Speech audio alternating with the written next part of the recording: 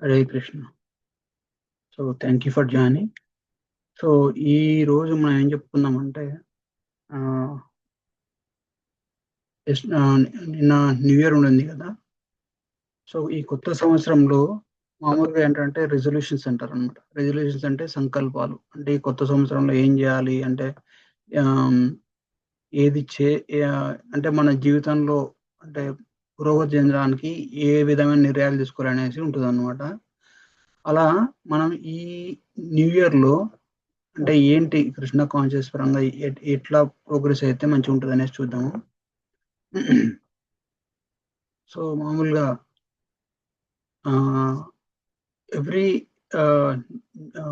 ఎవరైనా మనం ఏ ఆధ్యాత్మికంగా కానీ లేదా ప్రొఫెషనల్గా కానీ ఎవరైనా వాళ్ళు వృద్ధిలోకి రావాలంటే ఆ, వాళ్ళకి ఆత్మ పరిశీలన అనేది ఒకటి ఉండాలన్నమాట. అంటే సెల్ఫ్ ఇంట్రాస్పెక్షన్. ఆ సెల్ఫ్ ఇంట్రాస్పెక్షన్ ఉన్న వాళ్ళు ఏంటంటే వాళ్ళు ఎక్కడ మంచి చేశారు, ఎక్కడ చెడు చేస్తున్నాము, అంటే ఎక్కడ తప్పులు చేస్తున్నాము, వాటిని ఎలా అధిగమించాలి, మన బలాలేంటి, మన లోపాలేంటి అనేసి ఒక పరిశీలన చేసుకుంటారు.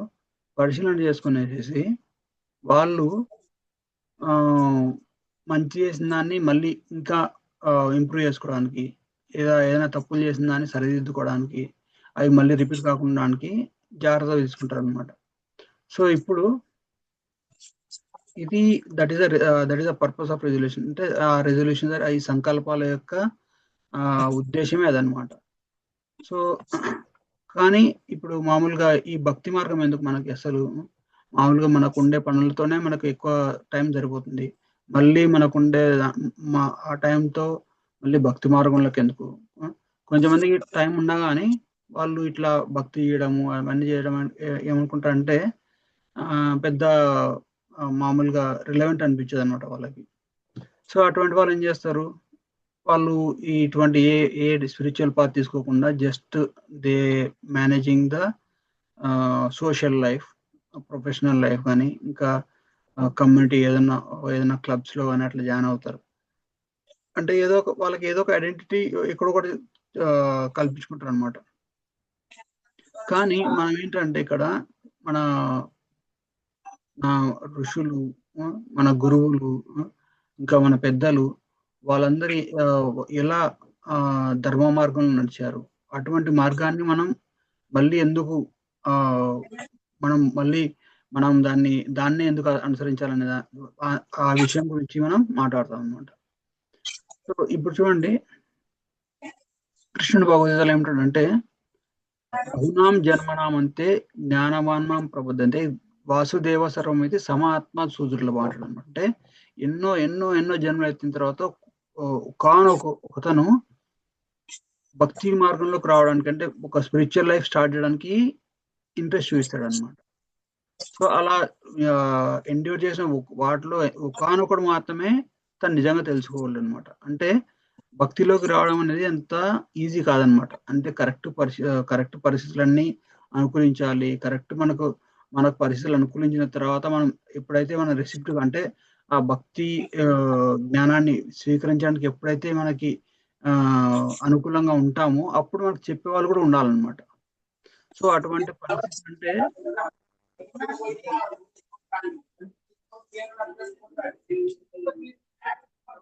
మానవ జన్మ రావడమే చాలా కష్టము. అటువంటిది మానవ జన్మ వచ్చిన తర్వాత ఇట్లా భక్తులు మనకి అంటే ఆ భక్తి మార్గంలోకి రావాలన్న ఆ, సంకల్పం కలగడము. అలాగే మనం సంకల్పం కలిగినప్పుడు మనకి ఇంట్రెస్ట్ ఉంది కానీ మనకు చెప్పేవాళ్ళు కూడా ఉండాలి. మనకు చెప్పేవాళ్ళు ఉన్నా కానీ కరెక్ట్ చెప్పేవాళ్ళు ఉండాలన్నమాట. ఎందుకంటే ఇప్పుడు చాలా మంది ఏంటంటే ఆ ఆ, మామూలుగా గురువులు అని చెప్పేసి చాలా మంది చీట్ చేస్తారనమాట. సో మనకి అంటే అన్ని పరిస్థితులు అనుకూలించాలన్నమాట. అప్పుడే వాళ్ళు నిజమైన కృష్ణ భక్తులుగా తయారవుతారనమాట. నేను కృష్ణుడు అంటే ఎందుకున్నానంటే మనం లాస్ట్ సెషన్లో డిస్కస్ చేశాం కదా. మనం కృష్ణుని పూజిస్తే అందరినీ పూజించినట్టే. సో అలా ఆ, మనకి ఆ, భక్తి మార్గంలోకి అంటే ఒక కృష్ణ భక్తులుగా మారడానికి చాలా చాలా చాలా ఆ, జన్మల యొక్క పుణ్యఫలం వల్ల మనం అటువంటి పరిస్థితుల్లోకి వస్తాం అనమాట. సో ఇప్పుడు మనం మామూలుగా ఇంట్రాస్పెక్ట్ చేసుకున్నప్పుడు ఏమవుతుందంటే మనకి ఇక్కడ ఎందుకు మనం ముందుకు వెళ్ళలేకున్నాం, ఎందుకు మనకి ఇది అంటే ఈ కృష్ణ చైతన్యం అంటే ఈ భక్తి మార్గం ఎందుకు అంత ఇంపార్టెన్స్ కాదనిపిస్తుంది అంటే దేర్ ఆర్ మెనీ రీజన్స్. అంటే ఒక మామూలుగా మన పరిస్థితుల ప్రభావం, మన మన ఫ్యామిలీ కానీ ఆ, మన ఇమ్మీడియట్ అంటే మన వృత్తిపరంగా కానీ ఏమన్నా డిఫికల్టీస్ ఉండడం కానీ, లేకపోతే మామూలుగానే ఇంట్రెస్ట్ ఉండదు అనమాట జనాలకి. ఎందుకంటే జనాలు వాళ్ళకి ఈ సెన్స్ గ్రాటిఫికేషన్ అంటే తృప్తి, ఇంద్రియ లౌల్యం వల్లనే వాళ్ళు ఎక్కువగా అక్కడ డిస్ట్రాక్ట్ అయిపోతారు. అంటే వాళ్ళ అటెన్షన్ అంతా కూడా ఈ దీంట్లోకి వెళ్ళాలి, ఇట్లా ఏదైనా ఒక ఆధ్యాత్మిక జీవనం కూడా ఉండాలి అనే భావన వాళ్ళకి కలగదనమాట. సో అది మనం ఆ, అది అది ఎప్పుడు స్టార్ట్ అవుతుందంటే సరైన జ్ఞానం ఉండాలి. సరైన జ్ఞానం ఉండేసి రియల్ ఇంటెన్షన్ అంటే నా జీవితంతో నేను ఏం చేయాలనుకుంటున్నాను, what is the purpose of my life అంటే మన జీవితం యొక్క ముఖ్య ఉద్దేశం మనకు తెలిసిండాలి. అలా తెలియనప్పుడు ఏంటంటే మనం కేవలం అంటే మామూలుగా ఈ జంతు ప్రవృత్తులు అంటారు అనమాట. యానిమలిస్టిక్ ప్రొపెన్సిటీస్ అంటారు. ఏంటంటే ఈటింగ్, స్లీపింగ్, మేటింగ్, డిఫెండింగ్ అంటే ఆహారము, నిద్ర, భయము, మైథునం. అవి దాంట్లోనే మాత్రమే మన జీవితాన్ని అంతా గడివేయడానికి ట్రై చేస్తాం అనమాట. సో ఈ యానిమలిస్టిక్ ప్రొపెన్సిటీస్ అనేవి బేసిక్ అంటే ఒక ఆ, ఈ భౌతిక ప్రపంచంలో జన్మ తీసుకున్న ప్రతి ఒక్కరికి ఆటోమేటిక్ గా ప్రోగ్రామ్డ్ అయి వస్తాయి అన్నమాట. ఇప్పుడు చూడండి, ఒక జంతువుకి పుట్టిన తర్వాత ఆ జంతువుకి మనకి ఎక్కడ పాలు దొరుకుతాయని చెప్పడం అవసరం లేదు, ఆటోమేటిక్ గా తల్లి దగ్గరికి వెళ్ళిపోతుంది. కొంచెం పెద్దగా అయిన తర్వాత ఆటోమేటిక్ గా ఆ ఒక ఒక ఆపోజిట్ సెక్స్ అంటే ఒక ఒక మగ జంతువు అయితే ఆడ జంతువు, ఆడ జంతువు అయితే మగ జంతువుతో కలుస్తుంది. ఆటోమేటిక్ గా పిల్లల్ని కూడా కంటుంది. అలాగే ఎవరైనా థ్రెట్ వచ్చింది అనుకోండి, అంటే తన లైఫ్ కానీ తన గ్రూప్ కానీ ఏమన్నా అంటే ఏదైనా ఆపద వచ్చింది అనుకోండి, వెంటనే భయం అంటే ఫియర్ అంటే ఫ్లైట్ ఆర్ ఫైట్ అంటారు అనమాట. అంటే పారిపోవడమో లేదా పోరాడమో చేస్తారనమాట. సో అవి ఆ, ఇవి 4 కామన్. సో ఎప్పుడైతే మనకి ఈ ఆధ్యాత్మిక జ్ఞానం లేకుంటుందో మన జీవితాన్ని కేవలం ఈ 4 విషయాల పట్లనే, ఈ 4 విషయాల ద్వారానే సంతోషాన్ని పొందడానికి ట్రై చేస్తాం అనమాట. సో అందుకే మనం ఎప్పుడైతే ఇది ఈ ఆధ్యాత్మిక మార్గం అనేది ఒక తపస్సు లాంటిది అనమాట. తపస్సు అంటే ఏంటంటే ఫర్ ఎగ్జాంపుల్ ఒక పిల్లవాడు అనుకోండి, స్కూల్ పిల్లవాడు. ఆ స్కూల్ పిల్లవాడికి చిన్నప్పుడంతా తనకు ఆటలు ఆడాలనిపిస్తుంది, లేదా ఫ్రెండ్స్తో బయటికి వెళ్ళాలనిపిస్తుంది, ఆ, ఆ, రోజంతా అలాగా ఫ్రీగా గడిపేయాలనిపిస్తుంది. అంతేగాని ఏ ఏ పిల్లవానికి కూడా స్కూల్కి వెళ్ళాలి, కూర్చోవాలి, నేర్చుకోవాలి అనే డిసిప్లిన్ ఉండాలి అనేసి ఎవరికి అనిపించదు అనమాట. సో ఆ పిల్లవాని విషయమే చూసుకుంటే ఆ పిల్లవాడు తనకి నచ్చినట్టు తన బాల్య జీవితాన్ని గడిపేశాడు అనుకోండి, దానివల్ల ఏమవుతుంది, తను పెద్దగా అయిన తర్వాత తనకుండే ఆపర్చునిటీస్ అంటే తనకుండే ఆ, మామూలుగా ప్రొఫెషనల్గా తనకుండే ఛాన్సులు తగ్గిపోతాయి అన్నమాట. అంటే ఎట్లా అంటే ఒక చదువుకున్న వ్యక్తి 100 పనులు చేయగలరు అనుకోండి, చదువులేని వ్యక్తి కేవలం 10 పనులు మాత్రమే చేయగలరు. ఎందుకంటే ఒక చదువుకున్న వ్యక్తి అనుకోండి, ఒక డిగ్రీ లేదా బీటెక్ ఎంటెక్ చేశాడు అనుకోండి, తను మామూలుగా ఆ, మంచి ప్రొఫెషనల్ జాబ్ చేయగలడు. అంటే ఒక ఇంజనీర్ కాగలడు, లేదా ఒక మేనేజర్ కాగలడు, లేదా ఒక బిజినెస్ పెట్టగలడు. కానీ అదే చదువులేని వ్యక్తి అనుకోండి, కేవలం బేసిక్ అంటే ఎట్లా అంటే ఏం పెద్దగా స్కిల్స్ లేని అవసరం లేని ఏదో బిజినెస్ పెట్టుకోవడము, ఏదో వ్యాపారం పెట్టుకోవడము, లేదా ఏదన్నా వ్యవసాయం చేసుకోవడము, అటువంటి పనులు చేసుకోవాల్సి వస్తుంది అనమాట. సో తనకు దీనికి డిఫరెన్స్ ఏంటంటే చదువుకున్న వ్యక్తి చేసే పనులు చదువులేని వ్యక్తి చేయలేడు కొన్ని పనులు. కానీ చదువులేని వ్యక్తి చేసే పనులన్నీ కూడా చదువుకున్న వ్యక్తి చేయగలడు. అంటే ఆ ఎంపవర్మెంట్ అంటే ఆ ఆ జ్ఞానం కానీ ఆ నాలెడ్జ్ కానీ తనకు తన ఈ ట్రైనింగ్ ద్వారా వచ్చేసింటాయి అనమాట. సో అలా ఇది చిన్న ఎగ్జాంపుల్ ఎందుకు చెప్పానంటే, ఆ చిన్న పిల్లవాడు తన బాల్యంలో అంతా కూడా, తన చిన్నతనంలో అంతా కూడా తన యొక్క స్వాతంత్రాన్ని సాక్రిఫై చేశాడు. స్వాతంత్రాన్ని వదిలిపెట్టేసేసి తను ఈ భక్తి మార్గం కాదు, ఈ స్కూల్కి వచ్చేసి డిసిప్లిన్గా ఉండేసి ఆ, ఆ, ఒక విద్యను అభ్యసించడము, లేకపోతే అథారిటీస్ అంటే ఎవరు, టీచర్లు కానీ ప్రొఫెసర్స్ కానీ వాళ్ళు చెప్పింది వినడం, వాళ్ళు చెప్పినట్టు డైరెక్ట్ చెప్పినట్టు జ్ఞానాన్ని నేర్చుకొని ఎగ్జామ్స్ రాసి పాస్ అయిపోయింటాడు. సో అప్పుడు తను తన స్వతంత్రాన్ని విడిచిపెట్టి, అంటే ఒక ఒక పెద్దలు చెప్పిన మాటలు విన్నాడు కాబట్టి తనకిప్పుడు అంత జ్ఞానం వచ్చింది, తనకు ఒక క్వాలిఫికేషన్ వచ్చింది, తన ఛాన్సులు కూడా పెరిగాయి అన్నమాట. సో అలాగే ఇప్పుడు ఏ జాబ్కైనా వెళ్ళినా కానీ చూస్తే, బాగా చదువుకున్న వ్యక్తికి, ఓ మాస్టర్ డిగ్రీ ఉన్న వ్యక్తికి ఎక్కువ శాలరీ ఉంటుంది, లేదా ఒక మామూలు చిన్న డిగ్రీ ఉన్న వ్యక్తికి తక్కువ శాలరీ ఉంటుంది. సో అలా అన్నమాట. అంటే మనం ఎప్పుడైనా కానీ ఇనిషియల్ డేస్లో మన కొంచెం కొంచెం స్వాతంత్రం ఉంటుంది, దాన్ని కొంచెం సాక్రిఫైస్ చేసేసి మనం ధర్మ మార్గంలో నడిస్తే భగవంతుడు మనకి చాలా ఇస్తాడనమాట. అందుకే ఏమంటాడంటే కృష్ణ భగవద్గీతలో, స్వల్పం అప్పేస ధర్మసే త్రాహతో మహతో భయాత్. అంటే మనం ధర్మ మార్గంలో చేసే చిన్న పనైనా కానీ మనల్ని ఎన్నో ఎన్నో కష్టాల నుంచి కాపాడుతుంది. సో అది భగవద్గీత యొక్క సారాంశం. అందుకే భగవద్గీత ఏం చేస్తుంది, మనం చేసే పనిని ఎలా స్పిరిచువలైజ్ చేసుకోవాలి అని చెప్తుంది అనమాట. ఓకే, సో భక్తి మార్గంలో 3 ముఖ్య సూత్రాలు ఏంటంటే, నామ సంకీర్తనం. అంటే మామూలుగా ఒక పోయిన సెషన్లో చెప్పుకున్నాం కదా, హరినామాన్ని ఎలా జపం చేయాలనేసి. అది నామాన్ని సంకీర్తన చేయడం, వైష్ణవ సేవ, తోటి భక్తులకు కానీ, లేదా ఏదైనా గుళ్ళో కానీ, లేదా ఇటువంటి సత్సంగాలకు వచ్చి వినడం కానీ, అది కూడా సేవ కిందికి వస్తుంది అనమాట.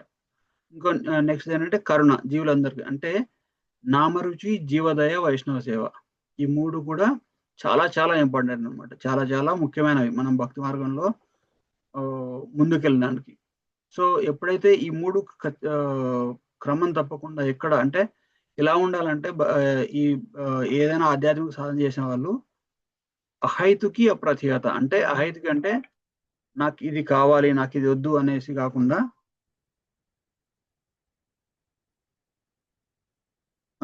నేను దీన్ని కొంచెం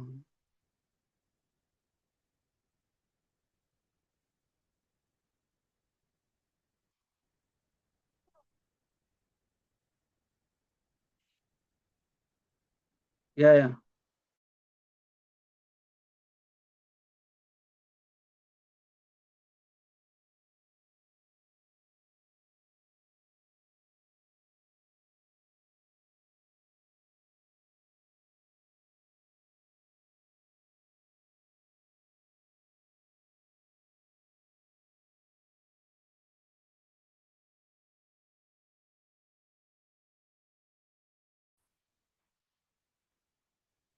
సో ఇందాక చెప్పినట్లు భక్తి మార్గం అనేది చాలా చాలా ఆ అరుదు అనమాట. ఎవరైనా భక్తిలోకి రావాలంటే కూడా, అంటే భక్తిలోకి వచ్చినా కానీ కృష్ణ భక్తిలోకి రావాలంటే, కృష్ణుని భగవంతుడిగా తెలుసుకోవడం అనే వాళ్ళు చాలా చాలా అరుదు అనమాట.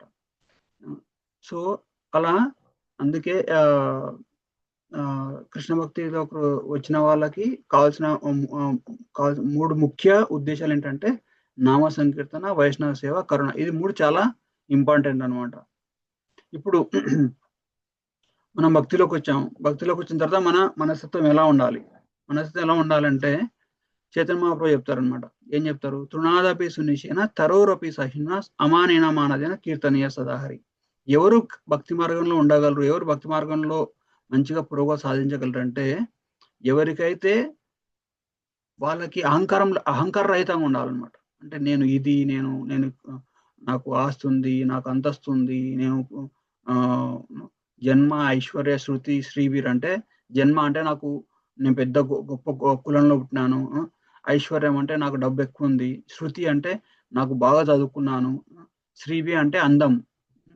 సో ఈ ఇటువంటి విషయాల పట్ల ఎవరైతే అహంకారంతో ఉంటారో వాళ్ళు భక్తి మార్గంలోకి అసలు రారంటారు, అసలు రాలేరని చెప్తుంది అనమాట. అసలు భక్తి మార్గం భగవంతుణ్ణి చేరుకోలేరు అని చెప్తుంది అనమాట కుంతిమారని భాగవతంలో. సో అలా ఏ ఏ విషయాల పట్ల కూడా దేని పోయింది కూడా మనకి అహంకారం అనేది ఉండకూడదు అనమాట. సో అహంకారం అంటే గడ్డి మనకంటే మనం వేరే వాళ్ళతో కంపేర్ చేస్తే మనల్ని మనం చాలా చాలా వినమ్రతతో వినయంతో ఉండాలన్నమాట. అంటే ఎట్లా ఉండాలంటే ఒక గడ్డి పూచ అంటే గడ్డి మామూలుగా గడ్డి పరక ఎలా ఉంటుంది ఒక వీధిలో,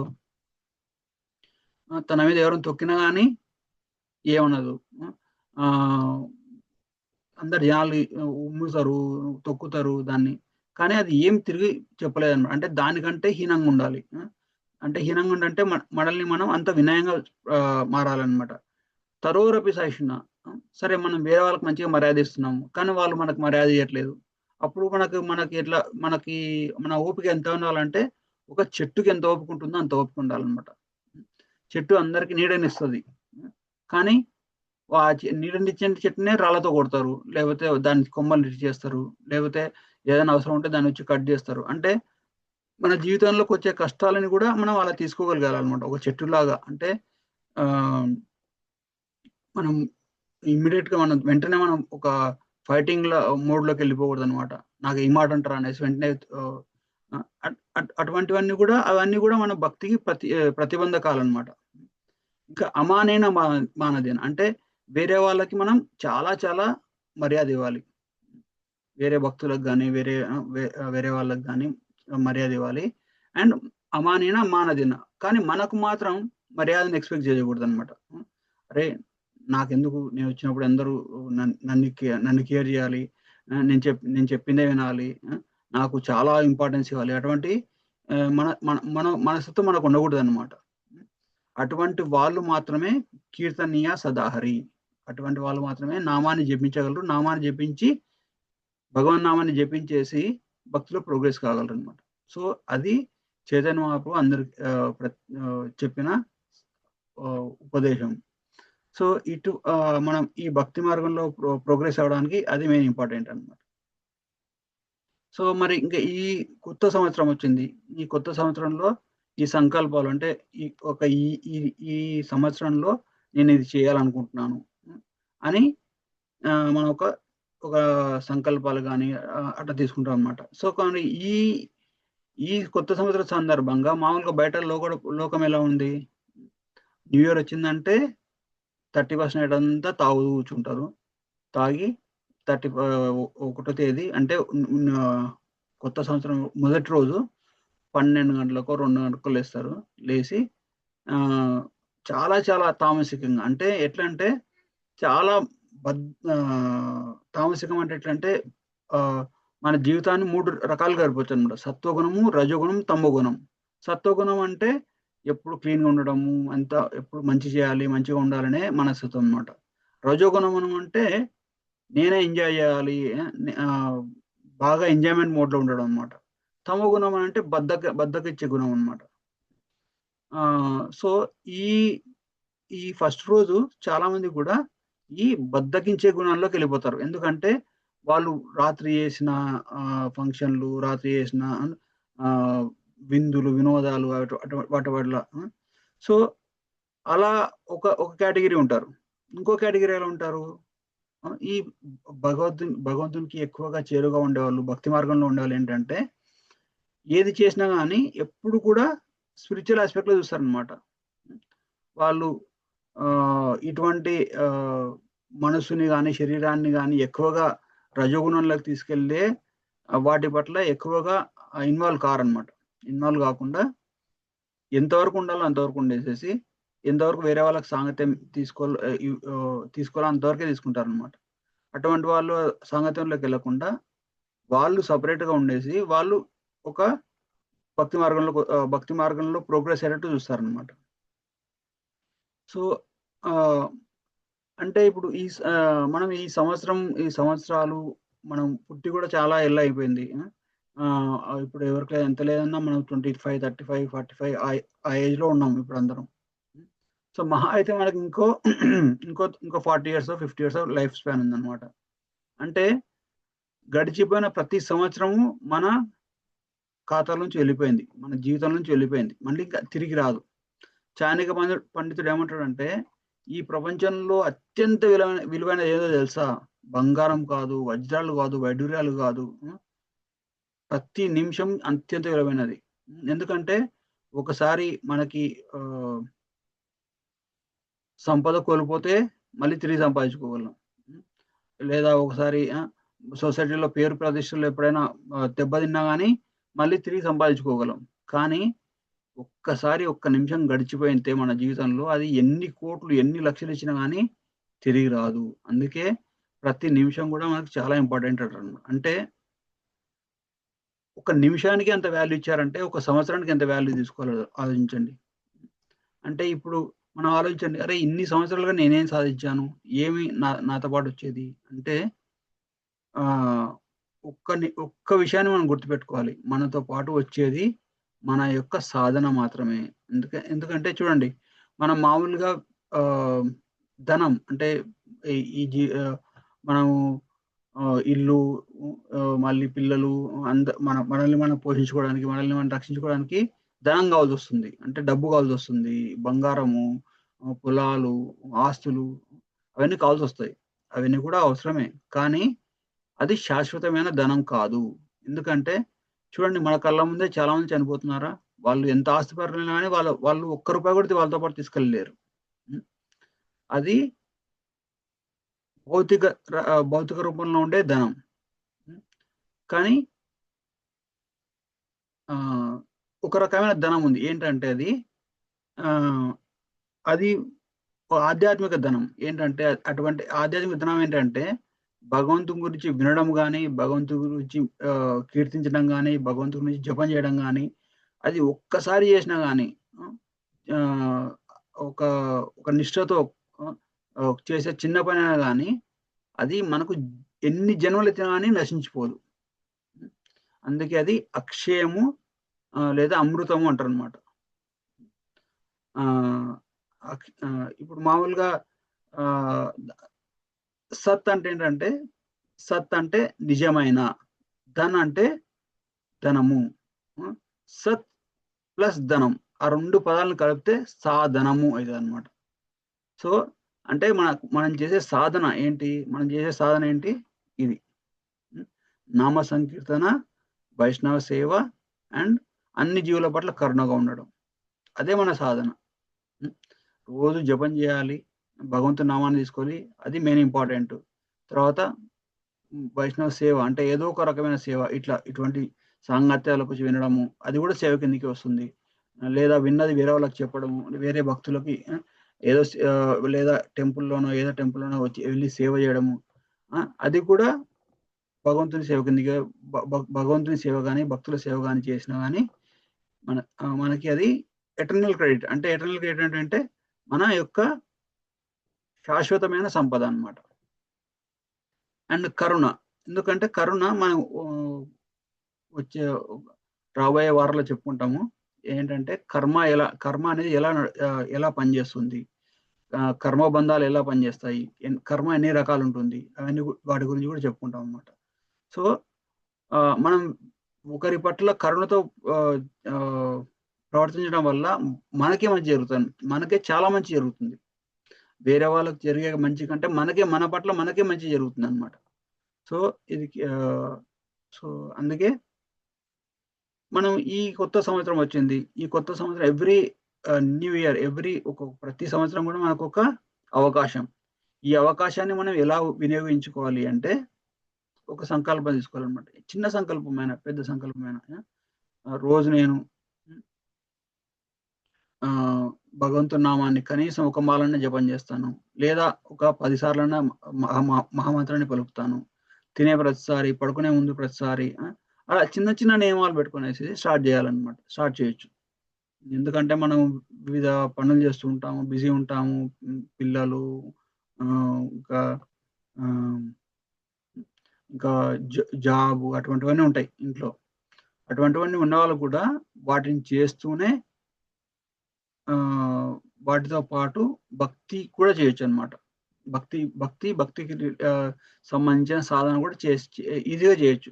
ఎందుకంటే ఇప్పుడు మన ఇస్కాన్ టెంపుల్‌లో ఆహ్, బయట పని చేస్తూ, బయట మామూలుగా ఒక ఫ్యామిలీని మెయింటైన్ చేస్తూ, పిల్లలతోటి భార్య పిల్లలతోటి, ఆహ్, భర్తలతోటి ఉంటూ, జాబ్ చేస్తూ, మళ్ళీ ఫ్యామిలీని చూసుకుంటూ, మళ్ళీ వాళ్ళ మళ్ళీ సంఘంలో వాళ్ళ యొక్క బాధ్యతలు నిర్వర్తిస్తూ, అవన్నీ రెస్పాన్సిబిలిటీస్ అన్నీ మంచిగా చేస్తూ కూడా ఈ ఆధ్యాత్మిక సాధన చేస్తారు. సో, అటువంటి వాళ్ళు మనకు ఎగ్జాంపుల్‌లాగా తీసుకోవచ్చు. ఒక మోటివేషన్ లాగా తీసుకోవచ్చు. ఎందుకంటే, వాళ్ళు చేసినప్పుడు లేనిది నేనెందుకు చేయలేను అనేసి ఒక ఇన్‌స్పిరేషన్‌గా తీసుకోవచ్చు మనం.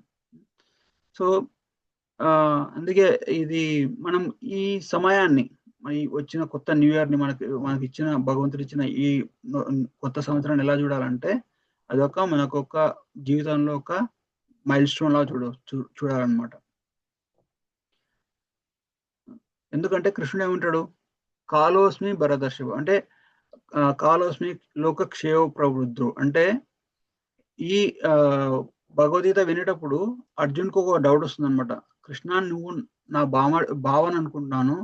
కానీ నువ్వు అసలు నా బావ కాదు. అంటే నా అంటే ఒక రిలేటివ్ అనుకున్నాను.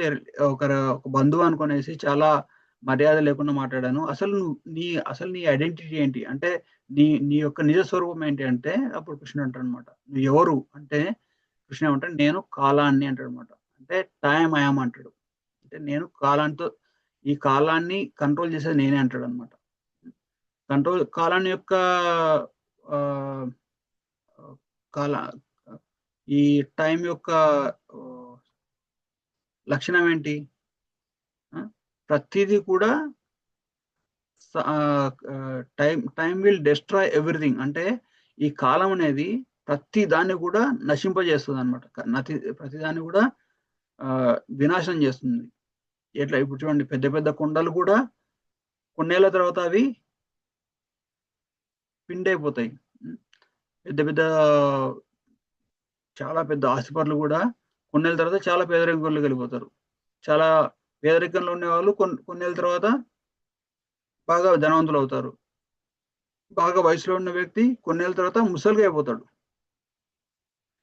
పుట్టిన పిల్లవాడు కొన్నేళ్ల తర్వాత బాగా యుక్త వయసులోకొస్తాడు. అంటే కాలంతో పాటు అన్నీ కూడా మార్పు చెందుతాయన్నమాట.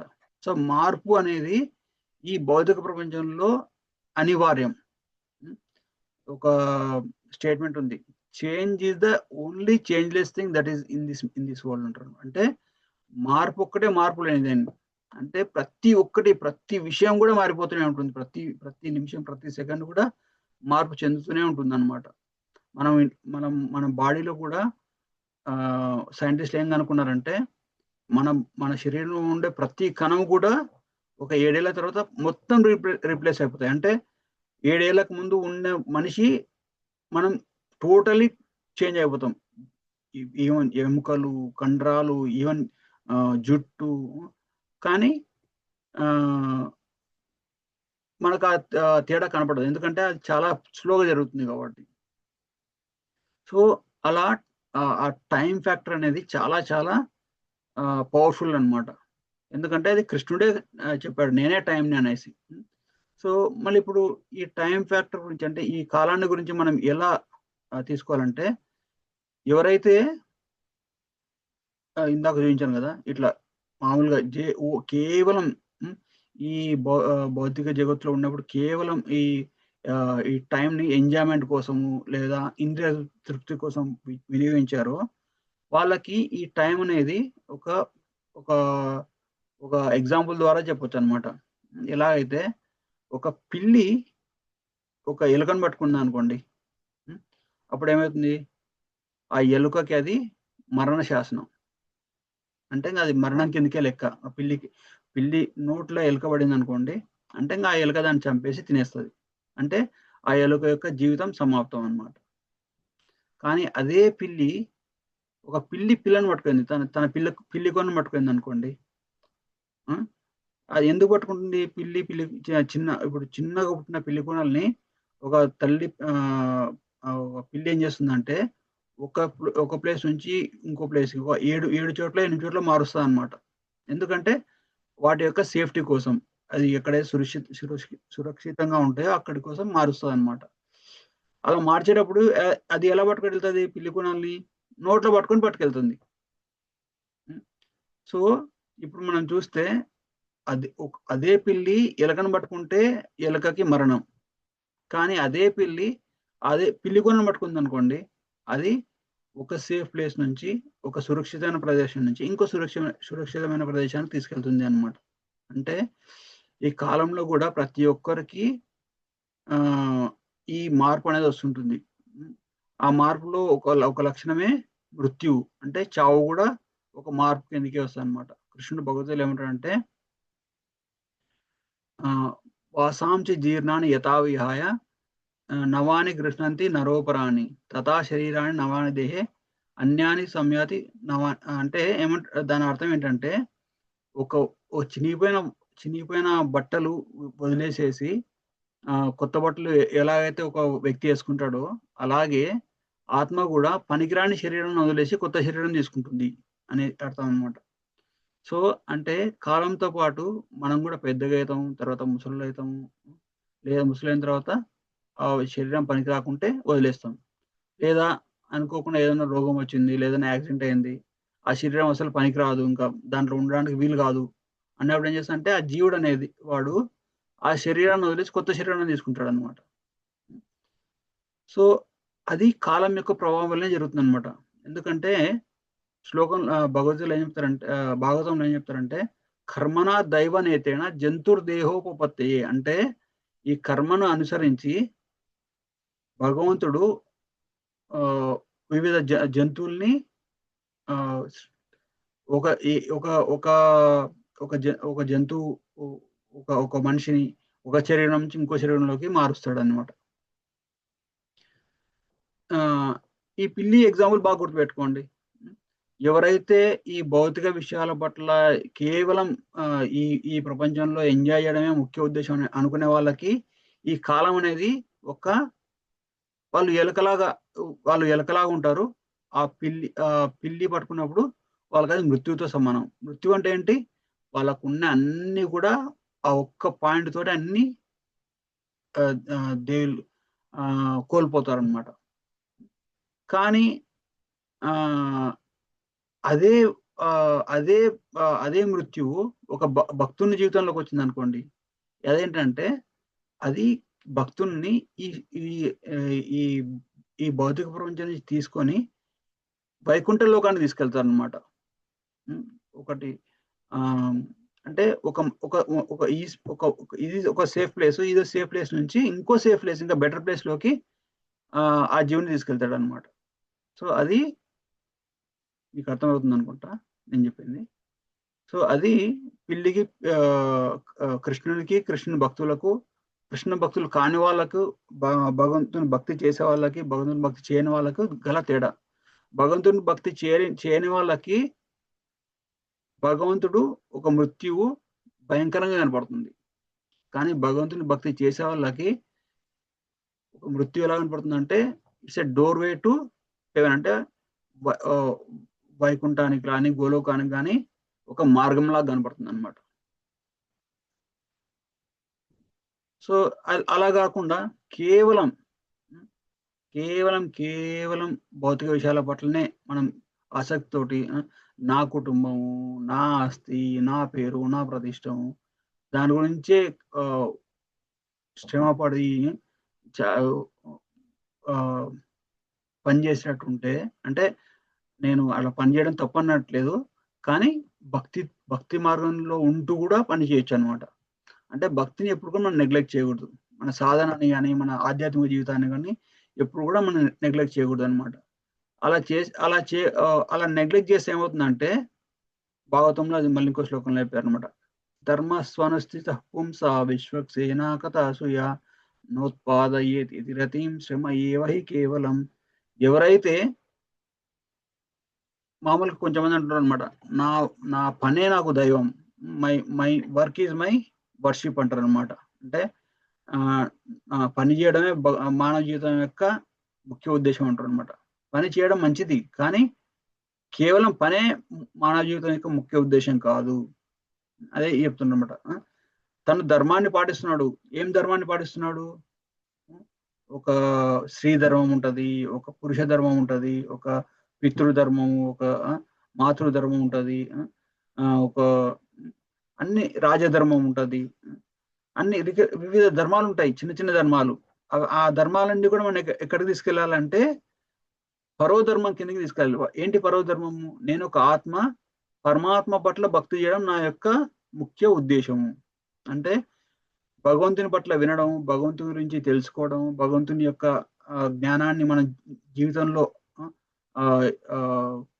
ఆచరణలో పెట్టడం, అది దాని పట్ల మనకి ఆసక్తి పెంపొందించాలి మనం చేసే ధర్మం. అలా చేయకుంటే ఆ ధర్మం శ్రమ అయ్యేవై కేవలం, అంటే అనవసరమైన శ్రమ మాత్రమే అని చెప్తారనమాట. సో అందుకే భగవంతుడు వచ్చినప్పుడు చాలా మంచి మంచి లీలలు చేశాడు. ఇప్పుడు కృష్ణుడికి సంబంధించిన ప్రతి లీల కూడా చాలా ఎంతో ఎంతో అందంగా ఉంటున్నాయి, ఎంత బ్యూటిఫుల్ గా ఉంటాయి అన్నమాట. వినడానికి కానీ, కృష్ణుడి రూపం కూడా చూడడానికి ఎంతో ఆకర్షణీయంగా ఉంటుంది అన్నమాట. అటువంటి భగవంతుని పట్ల మనకు ప్రేమని పెంపొందించుకోవడమే మనం చేసే పనుల యొక్క మన మానవ జీవితం యొక్క ముఖ్య ఉద్దేశం. అంటే రెగ్యులర్ గా భగవంతుడి నుంచి వినడము, భగవంతుని నామాన్ని జపం చేయడము, అవి చాలా ఇంపార్టెంట్ అన్నమాట. సో అలా చేసే వాళ్ళు శ్రమ, ఆశ్రమ అంటే చూడండి, శ్రమ అంటే ఏంటి? మామూలుగా బాగా పనిచేయడం. కొంచెంమంది ఏమంటారంటే గాడిదలా పనిచేశాడు అంటారు. గాడిదలు ఎలా పనిచేస్తాయి? కేవలం కొంచెం గడ్డి కోసం చాలా చాలా ఇప్పుడు వెయిట్లు అంటే బరువులు ఎత్తాయి, బరువులు మోస్తాయి. సో అలా పనిచేసే వ్యక్తిని ఏమంటే అనవసరంగా ఎక్కువ పని చేసేస్తారనమాట. అలా కాకుండా అన్నిటిని కూడా కరెక్ట్ గా బ్యాలెన్స్ చేస్తూ, అంటే పని చేసే చోట పని చేయాలి, ఆధ్యాత్మిక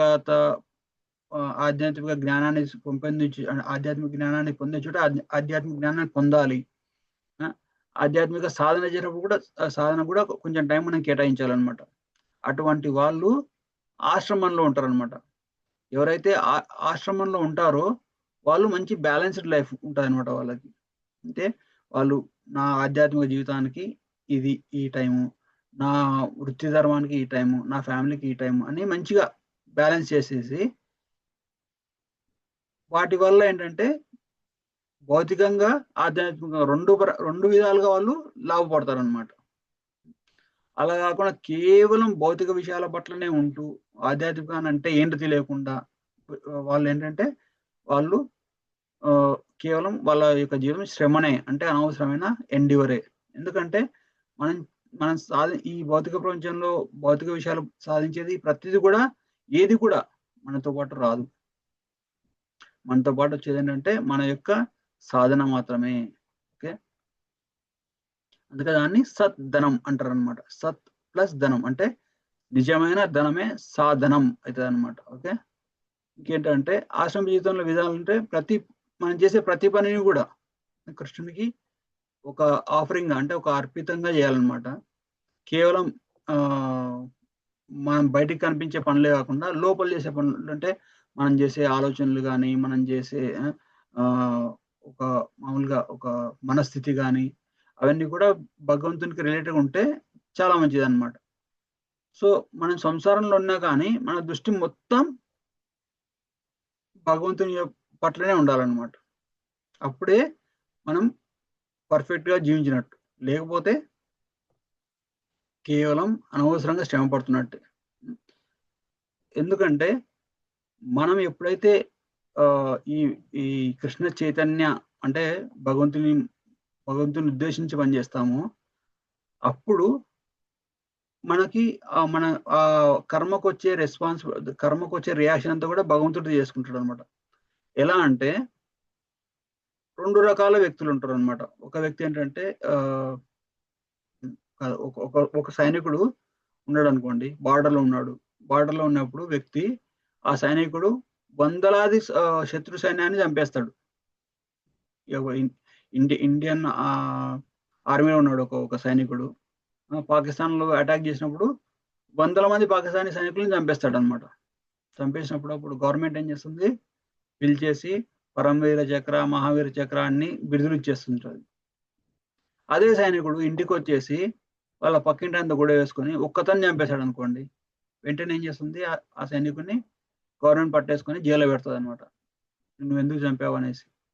సో అంటే ఇప్పుడు చూడండి, అది ఒకే సైనికుడు ఒక విషయంలో 100 మందిని చంపినా కానీ ఎవరేం తప్పుకోవట్లేదు, గవర్నమెంట్ ఏం తప్పుకోవట్లేదు.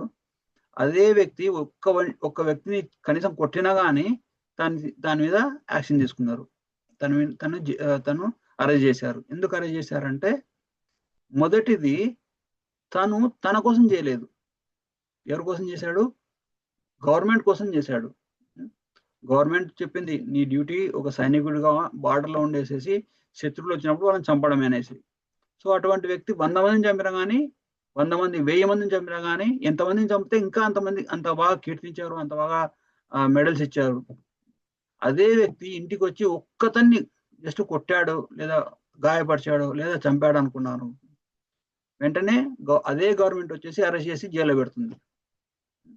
అంటే దీనివల్ల మనకి ఏమవుతుందంటే, మనం ఎప్పుడైతే మనం చేసే ప్రతి పనిని కూడా కృష్ణుడికి ఒక ఆఫరింగ్ గా చేసామనుకోండి, దానికి వచ్చే రియాక్షన్ అంతా కూడా కృష్ణుడు చేసుకునేసి మనకి మంచి రివార్డులు ఇస్తాడు అనమాట. మనల్ని భగవద్ధామం తీసుకెళ్ళడం, మనకి మంచి సంపదలు, మనశ్శాంతి, ఇంకా మనల్ని Krishna will take care of all the reactions that comes. అంటే మనం చేసే ప్రతి కర్మకు వచ్చే కర్మ ఫలాన్ని కృష్ణుడు తగ్గించేస్తాడు అనమాట. కేవలం మంచి కర్మనే వస్తాయి అనమాట. అలా కాకుండా మనం కేవలం మన కోసమే జీవించామనుకోండి, అప్పుడు దానికి వచ్చే కర్మఫలాన్ని మనమే స్వీకరించాలి. ఎలాగైతే ఆ సైనికుడు వచ్చేసి తను గొడవ పెట్టుకొని పక్కింటాన్ని కొట్టడమో లేకపోతే గాయపరచడమో లేదా చంపడమో వేస్తే తను ఆ కర్మాన్ని తనే స్వీకరించాలి, తనే అనుభవించాలి. ఎందుకంటే అది తన కోసమే చేశాడు కాబట్టి.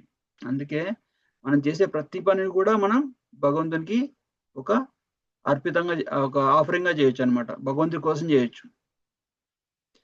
సో అది ఎలా చేయాలి, అది నేర్పించేదే మనకు భగవద్గీత. భగవద్గీత మనకి మనం చేసే రోజువారి పనులు కూడా భగవంతుని ఎలా భగవంతుని స్పృహతో భగవంతుడి కోసం ఎలా చేయాలో నేర్పించేది మనకి భగవద్గీత అనమాట.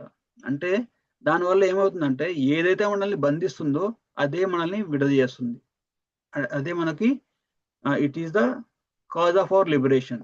What ever binds us will become the same thing will liberates us. మనల్ని ఈ భౌతిక ప్రపంచానికి బంధించేది ఏంటంటే మన కర్మబంధనాలు.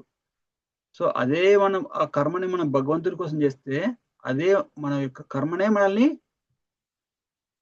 మోక్ష స్థితికి తీసుకెళ్తుంది అనమాట. సో అలా అందుకే ఈ నూతన సంవత్సరంలో, ఈ న్యూ ఇయర్ లో ఏం చేయాలంటే మనం ఒక సంకల్పం తీసుకోవాలి. నేను ఈ ఆధ్యాత్మిక సాధన చేస్తాను, కనీసం భగవంతుని నామాన్ని ఒక మాల ఎన్ని ఉంటాయి, 108 సార్లు ఉంటాయి, 108 ఉంటాయి. అటువంటి 2 మాలలు చేయొచ్చు, 4 మాలలు, 10 మాలలు, 16 మాలలు చేయొచ్చు.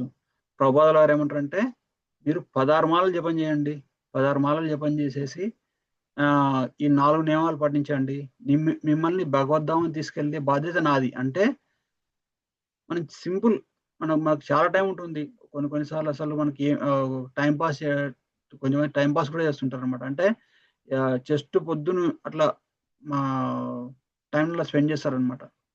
అలా కాకుండా దాన్ని సరిగా వినియోగించుకోవచ్చు. ఎలా, భగవంతుని నామాన్ని జపం చేయడం వల్ల. మనకి అటువంటి ఇన్స్పిరేషన్, అటువంటి ప్రేరణ రావాలంటే ఏం చేయాలంటే భక్తుల సాంగత్యంలోకి రెగ్యులర్ గా రావాలి. భక్తులని ఇప్పుడు చూడండి, ఇప్పుడు ఇక్కడ జాయిన్ అయ్యారు కాబట్టి మనం భగవంతుడి నుంచి మాట్లాడాము, మనం జీవితంలో మనం ఈ సాధన ఎలా చేయాలని గురించి మాట్లాడాము. ఇలా రాకుండా మనం వేరే వేరే వీడియోలు చూసుకోవడం, వేరే వేరే పనుల్లో ఉంటే మనం భగవంతుడి నుంచి తెలియదు అనమాట. అందుకే ఈ అన్ని వీడియోస్ లో ఒకదాని తర్వాత ఒకటి 1, 2, 3, 4 నెంబర్ వేసుకొని యూట్యూబ్ లో కూడా అప్లోడ్ చేస్తున్నాము. ఎవరైనా ఒకవేళ మిస్ అయితే ఇటువంటి వీడియోలు ఒకసారి వినండి, 2 సార్లు వినండి. ఎందుకంటే ఇవి మామూలుగా మనం బయట వినే జస్ట్ విని మర్చిపోవడం కాదనమాట. ఈ ఆధ్యాత్మిక ప్రిన్సిపల్స్‌ని, ఆధ్యాత్మిక అంశాలని మన జీవితంలో ఎలా ఆచరణలో పెట్టాలి అనే విషయాన్ని గురించి ఎక్కువ మాట్లాడతాం అనమాట. సో, ఎందుకు మనం ఆధ్యాత్మిక జీవితాన్ని పాటించాలి అనేది మీకు మంచిగా అర్థమైతే, మన జీవితం యొక్క ముఖ్య ఉద్దేశ్యం ఏంటో మనకు తెలిస్తే, మనం దాన్ని సరిగ్గా వినియోగించుకుంటాం. హ్మ్. ఒక మంచి ఉదాహరణ ఏంటంటే, ఒక ఒక వ్యక్తికి ఒక మెరిసే రాయి దొరికిందనుకోండి. ఆ వ్యక్తి ఏం చేశాడు? అయ్యో! రాయి బాగుంది కదా! అనేసి ఇంట్లోకెళ్ళేసి కుంకుడుగాయలు కొట్టడం లేదా ఆహ్, గుండ్రాయిలాగానో ఇది చేసుకుంటాడనమాట. సో, అప్పుడు ఆ వ్యక్తి రోడ్ దగ్గర పెట్టేసుంటాడు ఆ మెరిసే రాయిని. ఓకే. అయితే తన ఫ్రెండ్ ఒకడు వస్తాడనమాట. ఒక ఒక ఒక ఒక బంధువో, ఫ్రెండో వచ్చేసేసి చూస్తాడనమాట. "ఏయ్! ఏంటి ఈ రాయి ఇట్లా మెరుస్తుంది" అంటే, "ఆ! దొరికింది. పొలంలో దొరికింది" అంటే, "నువ్వు ఇది మామూలు రాయి కాదు. ఇది వజ్రం. దీన్ని కరెక్ట్‌గా కోస్తే నీకు లక్షల కోట్ల విలువలో ఉంటుంది. దాన్ని నువ్వు ఇట్లా గుండ్రాయిగా వాడుకుంటున్నావు" అంటే, అప్పుడేం చేస్తాడు ఆ వ్యక్తి, అదే రాయిని తీసుకొనొచ్చి బీరువాలో పెట్టి తాళం వేసుకొని ఆహ్, దాని ద్వారా చాలా చాలా సంపదలు పొందగలడు. హ్మ్. సో,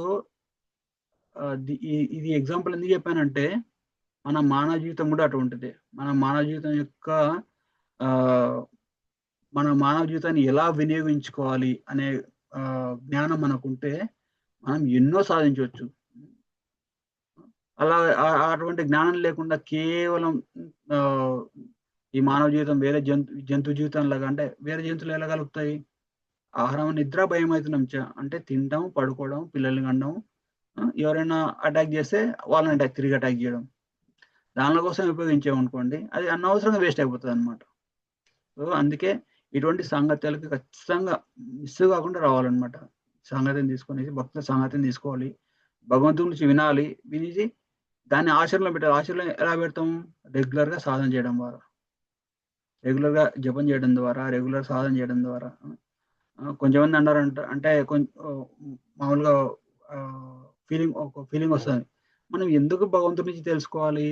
మనం చిన్నప్పటి నుంచి మనం పూజలు చేస్తున్నాం. మనం చేసే పూజలు మనకున్నాయి. మనం చేసే పనులు ఉన్నాయనుకుంటాం. కానీ దానికి దీనికి తేడా ఏంటంటే, ఇప్పుడు మనకేదైనా రోగం వచ్చిందనుకోండి. మనకు రోగం వచ్చింది.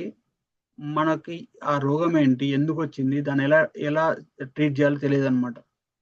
మనం ఏం చేస్తాం అప్పుడు మనకు 2 ఆప్షన్స్ ఉంటాయి. ఏంటంటే, ఒకటేంటంటే మనకు తెలిసిన ఆహ్, వంటింటి చిట్కాలు లేకపోతే పసుపులు లేకపోతే ఆహ్, అవి వేసేసి ఆహ్, అటువంటి మందులు తీసుకుంటాం. ఆ! రెండో విధానం ఏంటంటే, ఈ ఈ ఇది తెలిసిన వ్యక్తి గురించి తెలిసిన ఈ రోగాల గురించి తెలిసే వ్యక్తి రోగాల గురించి తెలిసిన వ్యక్తి ఎవరంటే డాక్టర్ దగ్గరికెళ్తారు. డాక్టర్ దగ్గరికెళ్ళేసి, "డాక్టర్ గారు నాకు ఈ లక్షణాలున్నాయి. ఈ రోగం వచ్చింది. నాకు ఈ ప్రాబ్లమ్స్ ఉన్నాయంటే" డాక్టర్ "అమ్మ నీకు ఈ రోగం ఉంది. ఈ రోగానికి ఈ మందు వాడు. ఈ పూటలో ఈ టాబ్లెట్ ఏసుకో. ఇది తినొద్దు. ఇది తిను. ఇది మాత్రమే తిను" అనేసి కొన్ని నియమాలు చెప్తాడనమాట. సో, అలా ఇప్పుడు చూడండి ఆ 2 విషయాల్లో మీరు ఫస్ట్ విషయం ఎంచుకున్నారనుకోండి, అనవసరంగా మన హెల్త్‌ని పాడు చేసుకుంటాం. పాడు చేసుకునేసి దాన్ని ఒక రోగానికి ఇంకో రోగం అనుకునేసి ఫర్ ఎగ్జాంపుల్ కొంచెంమంది కడుపు నొప్పి వచ్చిందనుకోండి. అయ్యో! కడుపు నొప్పి అంటే మామూలుగా ఏది వార్మ్ వాటర్ తాగండి, లేకపోతే నీళ్ళు తాగండి, లేదా పడుకోవడం అట్లా చేశారనుకోండి. కడుపు నొప్పి తగ్గిపోవచ్చు. కానీ అది అపెండిసైటిస్ అయ్యొచ్చు. అపెండిసైటిస్ అంటే ఏంటి? 24 గంటలు, 36 గంటల్లో ట్రీట్మెంట్ చేయలేకపోతే మనిషి చనిపోతాడు. సో, అందుకే మనం ఎప్పుడు కూడా మన జ్ఞానాన్ని ఆథరైజ్డ్ పర్సన్ అంటే అంటే ఎవరైతే ఇప్పుడు మన కార్ రిపేర్ వస్తే మనమే రిపేర్ చేసుకోం. అంటే చిన్న చిన్నవంటే చేసుకుంటాం గానీ, మెకానిక్ దగ్గర తీసుకెళ్తాం. అలాగే ఒక డాక్టర్ చదవాలనుకున్న వ్యక్తి తన బుక్కులు తీసుకొని డాక్టర్ చదివి డాక్టర్ కాలేడు. అలాగే తనేం జేయాలి? ఆ డాక్టర్ చదవాలనుకున్న వ్యక్తి ఎళ్లి కాలేజీలోకెళ్ళి ప్రొఫెసర్ కింద చదవాలి. అప్పుడే తను డాక్టర్ అవుతాడు. హ్మ్. లేదా చెట్టు కింద బుక్కులు కూర్చొని చదువుకునేసి డాక్టర్ అయిన వ్యక్తి డాక్టర్ దగ్గరని డాక్టర్ దగ్గరికి మనం పోము. పోతే ఏమవుతుంది, వాడు ఒకటి చేసేది ఇంకోటి చేసేసి మనల్ని మనకి ఇంకా మన రోగాల్ని కానీ మనకు ఉండే బాధలు కానీ ఇంకా పెంచుతాడు. అలా కాకుండా ఎవరైతే సర్టిఫైడ్ డాక్టర్ ఉంటాడో తన దగ్గరికి వెళ్తే మనకి కరెక్ట్ ట్రీట్మెంట్ వస్తుంది. అలాగే మనకి ఇంతవరకు తెలుసు, కొన్ని పూజలు తెలుసు, కొన్ని పునస్కారాలు తెలుసు, కొన్ని వ్రతాలు తెలుసు, దాంతో మన జీవితాన్ని అలా గడిపేసుకోవచ్చు. అలా గడిపేసుకోవడం వల్ల ఏంటంటే మనకి చాలా మినిమల్ ఎఫెక్ట్ వస్తుంది అనమాట. అలా కాకుండా ఒక గురువును ఆశ్రయించేసి ఈ ఆ, ఈ భగవద్గీతలో ఏం చెప్పారు, భగవంతుడు ఏం చెప్పాడు, వేదాలు ఏం చెప్పారు, వాళ్ళని ఆశ్రయించేసి వాళ్ళు చెప్పే ఆ, సాధనా మార్గాల ద్వారా మనం పాటించడం వల్ల ఏంటంటే మనం మన మంచిగా ఆధ్యాత్మికంగా మంచిగా పురోగతి చెందుతాం. దానివల్ల ఏంటంటే మనం మన మానవ జీవితాన్ని సరిగ్గా ఉపయోగించుకోగలుగుతాం. సో అందుకే మీరు సింపుల్ చెప్పాను కదా, ఏంటి కృష్ణ భక్తి చేయడం ఎంత సింపుల్ మనకి. మీరు మనం ఏది కూడా మన కుటుంబాన్ని వదలనవసరం లేదు, చేసే ఉద్యోగాలని చేసే వృత్తిని వదలనవసరం లేదు. స్థానే స్థితిగత తనుమాన్ మనోబిర్ అంటే ఉన్న చోటనే ఉంటూ భగవంతు నామాన్ని స్మరించుకోవడం, ఏదో వీలైనప్పట్ల సేవ చేయడము, అందరి పట్ల మంచిగా ఉండడం, ఆ మూడు చేయాలంతే. అది చేయడం వల్ల సింపుల్ గానే మనం భగవద్ధామం వెళ్ళిపోతాం. ఓకే, మీకు ఇంతటితో ఆపేద్దాం. ఇప్పుడు మీకు ఏమైనా క్వశ్చన్స్ కానీ లేకపోతే ఏమన్నా డౌట్స్ కానీ ఉంటే అడగచ్చు. అన్మ్యూట్ చేసుకుని అడగండి. ఓకే, హరే కృష్ణ. ఎవరికైనా ఏమైనా క్వశ్చన్స్ ఉన్నాయా? క్వశ్చన్స్ ఆర్ కామెంట్స్ అంటే మంచిగా అనిపించిందా లేకపోతే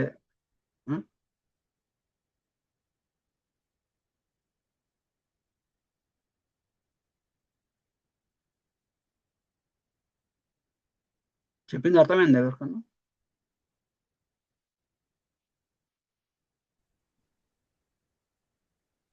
సరే, ప్రభుజీ. ఓకే.